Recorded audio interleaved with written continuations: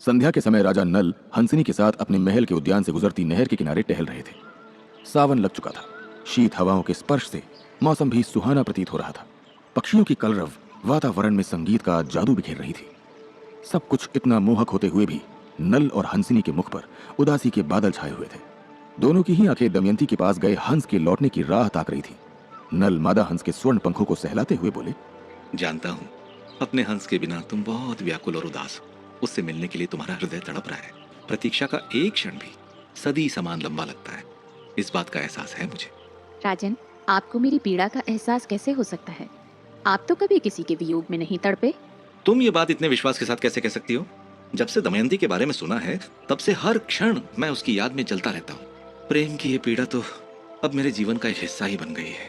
क्षमा करें राजन, किंतु आप प्रेम का अर्थ जानते ही नहीं हैं। अगर आपको पता होता तो आप कभी मुझे कैद नहीं करते। मेरे स्वामी के आगे मुझे आजाद करने की शर्त नहीं रखते। वेदों के विज्ञाता हैं आप, कर्मफल के बारे में तो जानते ही होंगे। जिस प्रकार आपके कारण मैं अपने स्वामी के वियोग में तड़प रही हूँ, कौन जाने उसी प्रकार एक दिन आपको भी अपनी प्रेयसी से विलग होना पड़े। नहीं नहीं, ऐसी बात भी अपने मुंह से मत निकालो। मैं पहले से ही बहुत अकेला हूँ। किसी का संग पाकर अगर मुझे फिर से उससे जुदा होना पड़ा तो मैं जी ही नहीं पाऊंगा। मैं अपना अपराध स्वीकार करता हूँ। मुझे तुम्हें तुम्हारे हंस से जुदा नहीं करना चाहिए था। ठीक इसी क्षण दमयंती का संदेश लेकर हंस लौट आया। उसे देखकर नल और हंसिनी दोनों के ही चेहरे ताजे पुष्पों के समान खिल उठे। नल के हाथों से छूटकर हंसिनी अपने स्वामी के गले जा लगी। अपने मिलन का उत्सव मनाते हुए दोनों ने आकाश में एक ऊंची उड़ान भरी और कुछ देर तक एक दूसरे के संग का आनंद लेकर वो दोनों नल के समक्ष आकर बैठ गए। नल का मन दमयंती के बारे में जानने को आतुर था। उन्होंने बेसब्र होकर हंस से पूछा, क्या तुम राजकुमारी दमयंती से मिल पाए? क्या कहा उन्होंने? क्या उन्हें मेरे बारे में पहले से ज्ञात था? जब तुम उनसे मिले तो क्या क्या हुआ? बताओ ना, सब कुछ विस्तार से मुझे बताओ हंस। मैं कहीं भागा नहीं जा रहा राजन, थोड़ा धैर्य तो रखो। हाँ, राजकुमारी दमयंती पहले से ही तुमसे परिचित थी। मुझे कुछ अधिक करना ही नहीं पड़ा। नल को दमयंती से हुई अपनी मुलाकात के बारे में सब कुछ विस्तार से बताकर हंस ने उनसे कहा, अपने लिए तुम्हारे प्रेम के बारे में सुनकर उन्होंने तुम्हारे लिए भी एक संदेश भेजा है। वो तुम्हारे बारे में क्या सोचती है, सब कुछ इसी में लिखा है। ये सुनते ही नल ने उत्साहित होकर हंस की गर्दन से दमयंती के भेजे संदेश को अलग किया और फिर जैसे ही वो उसे खोलकर पढ़ने लगे, हंस उनसे बोला, अब तुम्हारी आज्ञा हो तो क्या मैं अपनी हंसिनी को लेकर जा सकता हूँ? हाँ हाँ, क्यों नहीं। और हाँ, मेरे कारण तुम्हें जो कष्ट हुआ उसके लिए मुझे क्षमा कर देना। तुम्हारा उपकार मैं जीवन भर नहीं भूलूंगा। हंसों के जोड़े के जाते ही नल दमयंती के भेजे हुए संदेश को पढ़ने लगे। राजा नल, हमने कभी स्वप्न में भी कल्पना नहीं की थी कि एक हंस वाहक बनकर हम दोनों की हृदय की भावनाओं को एक दूसरे तक यूं पहुंचा देगा। सर्वप्रथम आपके बारे में हमें विहार पर निकले कुछ ब्राह्मणों से ज्ञात हुआ था। उनके मुख से आपके बारे में सुनकर हमारा हृदय कब आपके बारे में सोचने लगा, हमें कुछ ज्ञात ही नहीं हुआ। और फिर धीरे धीरे अपनी कल्पनाओं में हम आपकी तस्वीर बुनने लगे। हंस से हमारे लिए आपके प्रेम के बारे में सुनकर तो हमारी सांसें ही थम गई थी। आप भी हमारे लिए वैसा ही सोचते हैं जैसे हम आपके बारे में। ये सोच सोचकर हम खुशी से बावरे हुए जा रहे हैं। मन कर रहा है कि एक पंछी की तरह उड़ते हुए तुरंत आपके पास आ जाए। सच कहे तो इसी कारण इस हंस से भी हमें बहुत ईर्ष्या हो रही है। शीघ्र ही हमारी मुलाकात का कोई उपाय निकालिए राजन। अब हमसे और अधिक प्रतीक्षा नहीं होगी। दमयंती का संदेश पढ़कर नल के हृदय में प्रेम संगीत गूंजने लगा। दमयंती भी उनसे प्रेम करती हैं, ये जानकर उनके बेचैन दिल को राहत तो मिली थी, किंतु अब उनका मन दमयंती से मिलने को और अधिक आतुर हो उठा था। लेकिन विदर्भ के आगे उनका राज्य बहुत छोटा था। भीमसेन से दमयंती का हाथ मांगने में उन्हें संकोच हो रहा था, किंतु दमयंती के बिना जीना भी तो अब उनके लिए संभव नहीं रहा था। उधर दमयंती भी नल के प्रेम में अपनी सुध बुध भूल चुकी थी। न ही अपनी सखियों के संग उनका मन लगता था और न ही किसी और कार्य में। प्रेम का रोग जो लग गया था उन्हें, अपने कक्ष से बाहर जाने का मार्ग तो जैसे उन्हें याद ही नहीं रहा था। हर पल वो केवल नल की भेजी हुई मोतियों की माला को ही निहारती रहती। उन्हें इस तरह हर पल अपने में खोया हुआ देखकर राजा भीमसेन और रानी चारुमती को उनकी चिंता होने लगी। एक दिन भीमसेन रानी चारुमती से बोले, महारानी, हमें लगता है कि अब हमें दमयंती के स्वयंवर की घोषणा कर देनी चाहिए। विवाह योग्य भी हो गई है वो। ये परिवर्तन शायद उनकी उदासी को भी दूर कर दे। दमयंती को जब स्वयंवर के बारे में ज्ञात हुआ तो वो प्रसन्नता से चहकने लगी। नल से मिलने के लिए जिस अवसर की उन्हें तलाश थी वो उन्हें मिल गया था। उन्हें पूर्ण विश्वास था कि उनके स्वयंवर का समाचार मिलते ही नल भी उसमें हिस्सा लेने विदर्भ अवश्य आएंगे। दमयंती को पहले की तरह प्रसन्न देखकर उनके माता पिता और तीनों भाई चिंता मुक्त हो गए और धूमधाम से स्वयंवर की तैयारियां करने लगे। नल को जब दमयंती के स्वयंवर का निमंत्रण प्राप्त हुआ तो उनके मन ने शंका जताते हुए उनसे कहा, हंस द्वारा दमयंती का संदेश मिले कई माह बीत गए। इस बीच हमारे मध्य किसी भी प्रकार का कोई संवाद भी नहीं हुआ। कहा जाता है जो आंखों से दूर होता है वो हृदय से भी दूर हो जाता है।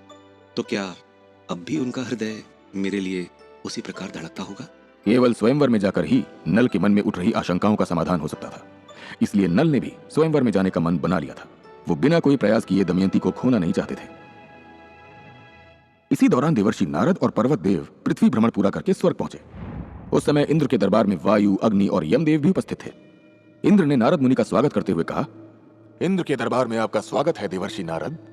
आपके आगमन की मुझे सदैव ही प्रतीक्षा रहती है। कहिए, कैसा रहा इस बार आपका पृथ्वी भ्रमण? कुछ मनोरंजक किस्से हो तो हमें भी सुनाइए। यात्राएं तो कहीं की भी हों, मन को आनंद और अनुभवों से भर ही देती हैं। इस बार पृथ्वी पर बहुत शांति थी। सभी राजा अपने अपने राज्यों की सीमा में संतुष्ट थे। तो इसका अर्थ ये हुआ कि आपकी इस बार की यात्रा में पृथ्वी पर कुछ भी दिलचस्प नहीं घटा? ऐसा तो नहीं कहा मैंने देवराज। इस बार कुछ दिन मैं विदर्भ नरेश राजा भीमसेन के आतिथ्य में रहा। उन्होंने हाल ही में अपनी पुत्री दमयंती के स्वयंवर की घोषणा की है। तो इसमें क्या अनोखा है? सदियों से राजा अपनी पुत्रियों के लिए स्वयंवर रचाते आ रहे हैं। इसमें दिलचस्प बात यह थी कि राजकुमारी दमयंती पहले से ही अपना हृदय निषद राज के राजा नल को दे चुकी हैं। इस बात से राजा भीमसेन अब तक अनजान है, किंतु दमयंती को पूर्ण विश्वास है कि यह स्वयंवर उनके और राजा नल के एक होने का निमित्त बनेगा। नारद मुनि की बात सुनकर वरुण देव बोले, जहाँ तक मुझे ज्ञात है, निषद तो एक छोटा सा राज्य है। मगध और कौशल के वैभव के आगे तो वो कहीं नहीं ठहरता। राजा भीमसेन भला अपनी पुत्री का हाथ उस छोटे से राज्य के राजा के हाथ में क्यों देंगे? राजा नल का राज्य भले ही छोटा हो, किंतु संपूर्ण पृथ्वी लोक में उन जैसा गुणी और रूपवान पुरुष कोई दूसरा नहीं है।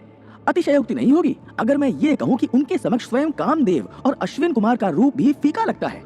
राजकुमारी दमयंती जैसी अति सुंदर कन्या के लिए राजा नल के अतिरिक्त कोई और योग्य वर हो ही नहीं सकता। यह सुनकर इंद्र ने उत्सुक होकर नारद मुनि से पूछा, अब क्या दमयंती वास्तव में इतनी सुंदर है?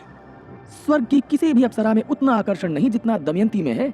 उन्हें देखते ही प्रतीत होता है मानो संपूर्ण प्रकृति ने अपना सौंदर्य उन्हें उपहार में दे दिया हो।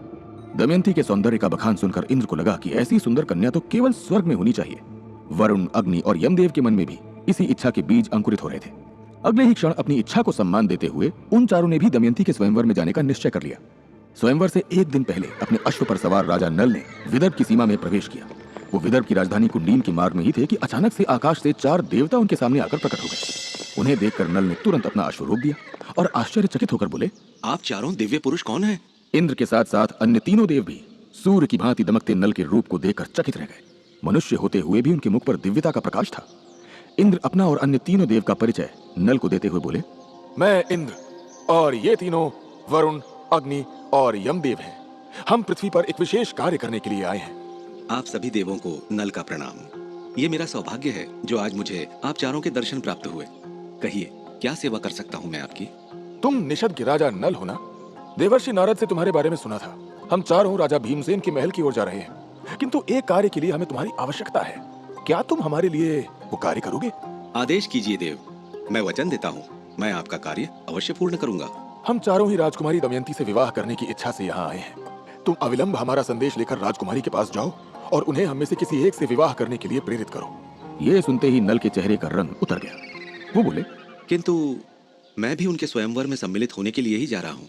मैं भी उनसे विवाह करना चाहता हूँ और जहाँ तक मुझे ज्ञात है वो भी यही चाहती हैं।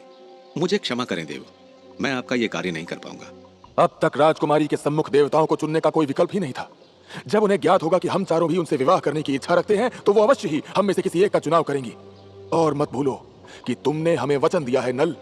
क्या तुम्हारे लिए अपने वचन का कोई मूल्य नहीं? क्या यही है तुम्हारा धर्म? क्या यही है तुम्हारे आदर्श? बड़ी निराशा हुई ये देखकर कि तुम में रूप के सिवा कोई और गुण नहीं। देवताओं के कटु वचन सुनकर नल आत्मग्लानि से भर उठे।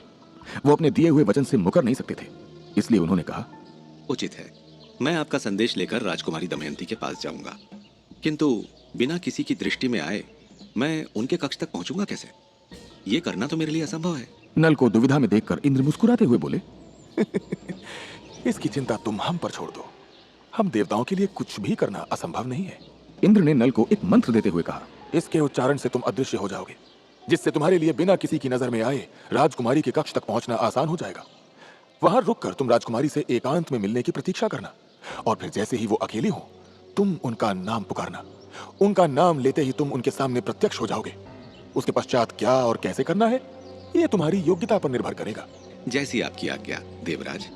और फिर देखते ही देखते इंद्रदेव की माया से वो सब राजा भीमसेन के महल के बाहर खड़े थे। क्या नल देवताओं का दूत बनकर दमयंती से मिल पाए? देवताओं के प्रस्ताव का दमयंती ने क्या उत्तर दिया? स्वयंवर में दमयंती ने किसे अपना वर चुना?